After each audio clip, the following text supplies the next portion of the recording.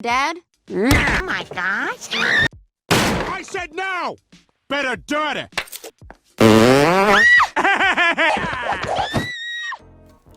Well, I think it's fair to say that Meg could definitely find a lot better families to live in on TV. There are a lot of dysfunctional TV shows.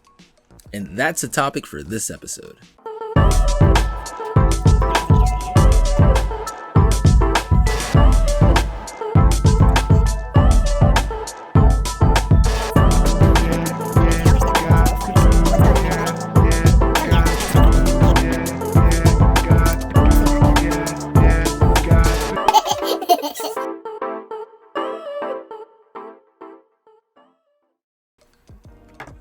What's going on, guys?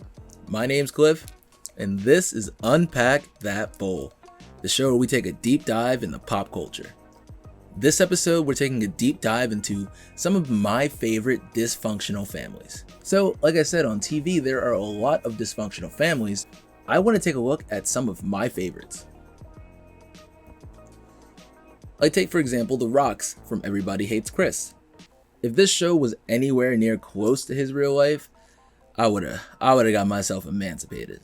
Chris Rock's almost biopic, Everybody Hates Chris, centers around Rock as a teen having to deal with life in an all-white school. He deals with his overbearing, loud, and suspicious mom, Rochelle, his cheapskate but hardworking and loving father, Julius, his scheming and underhanded sister, Tanya, or his perfect and idolized brother, Drew. Chris's family makes his very existence unbearable, but also it somehow prevents his life from being a total disaster. Rochelle is hard on her kids for bad grades, to the point that they can't even talk to her, and Julius won't even take his wife out for dancing because $20? Shit, we got dancing at home. We could just do that. His family even ridicules him when he says that he is a date with a perfectly nice, normal girl.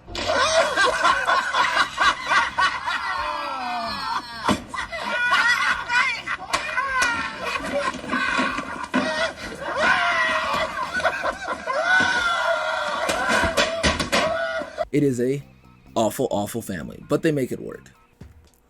The Wilkersons, I think. From Malcolm in the Middle.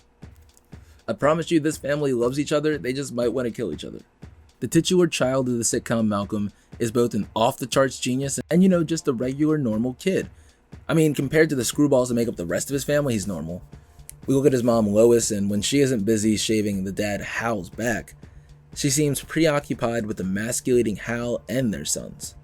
Lois is loud, aggressive, but she kind of gets things done. At one point, she has kicked all of her children, yes, including a baby, out of her house.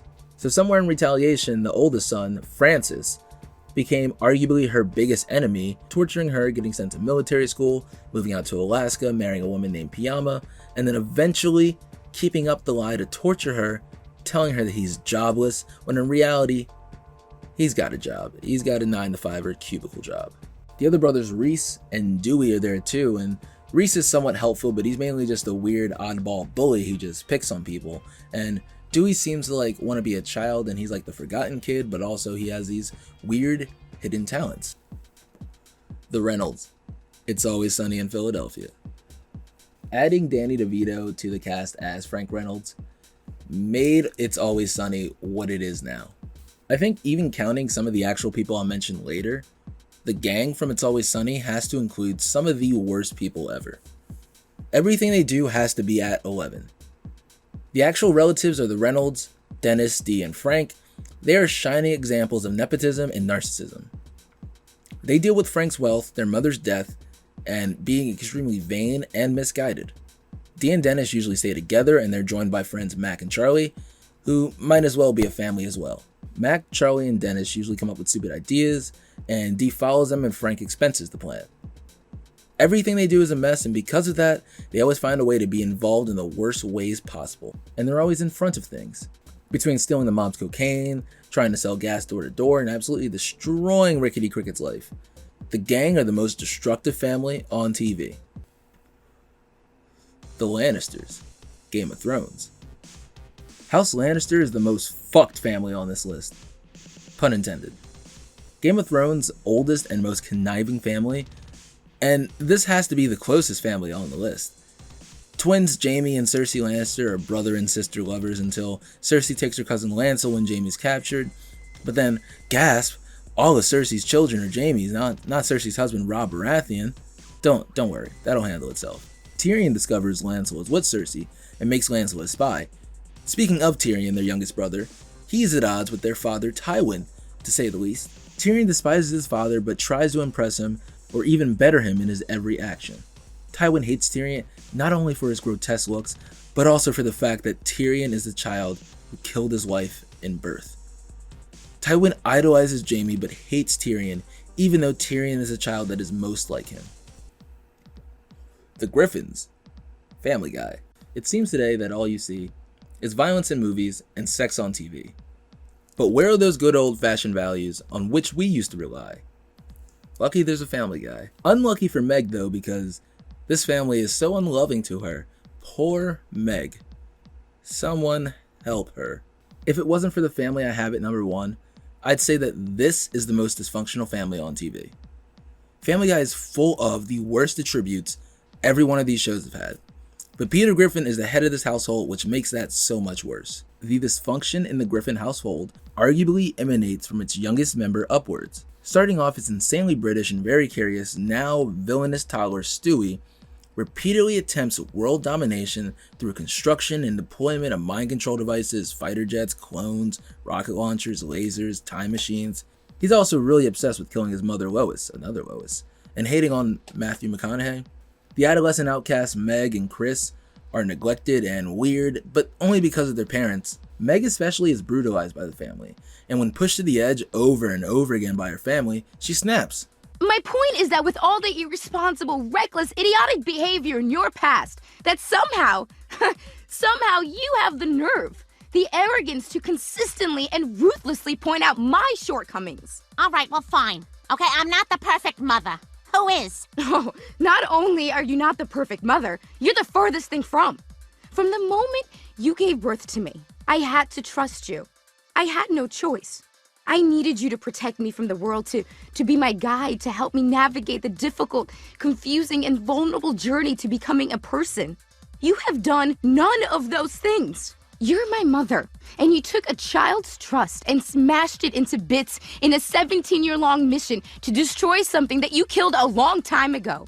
And honestly, when I turn 18, I don't know that I ever want to see you again. Good for you, Meg. Good for you. But then she's talked back into being the family's lightning rod, and that just makes it so much worse. And then we get to Peter. Finally, we get to the very alcoholic father that is Peter. Peter has made mistake after mistake. He treats his family as though they are disposable. He's even said that, they might as well be dead. He's given Lois countless insecurities, and he even has Lois run Stewie over to hide his injuries. Peter is almost the worst. He's not exactly the worst. Before I get into my favorite dysfunctional family on this list, let's talk about some honorable mentions. Married with Children, I always love that. Arrested Development was good. I didn't watch Empire, but I wanted to put it on the list. I know they'd be wilding on that show. Gilmore Girls too, similarly, and Weeds. My favorite dysfunctional family on TV. The Gallaghers from Shameless. This is the most dysfunctional family on the list. I'm taking my biases out. This family is fucked up. Everything that could go wrong does. A lot of them end up in jail or in prison or in youth detention center. A couple of them are alcoholics. Bipolarism runs in the family. A baby ingested cocaine and a mother slit her wrist during a family dinner. This family is the definition of dysfunctional. Single father of 6, Frank Gallagher loves to do a couple things. Get drunk, get high, and scam the system. That leaves little time to, actually raise your family. Which leaves the oldest daughter, Fiona, in charge of the family. She becomes the leader of the household. Eventually, she becomes an entrepreneur, owns a diner, puts some money in a business, loses all that, then she gets some bailout money and dips. 20-year-old genius Lip is the second leader, who eventually loses everything to alcoholism, but then builds his life back up being sober with the help of his sponsor and professor. Eventually, though, he ends up having the baby both, and he still makes it through all that. And he even has that sad moment where he has to give up that kid that was kind of his and gives the chick like hella bread too. That was wild.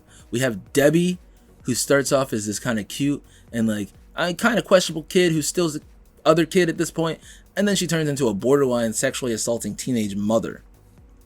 Again, every mistake that she made has gone wrong. Carl actually has been the shining star of Shameless. He started out as this badass little kid. Eventually, he became a gangbanger, to going to prison, to coming out to keep being a gangbanger, to seeing his friend kill some nigga, and then was like, I don't want to do this anymore.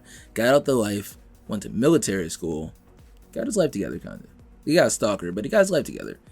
Ian is bipolar, and he works through his rough storyline of handling his mental health and his sexual appetite, because this nigga like to fuck, but that's also because of his mental health too.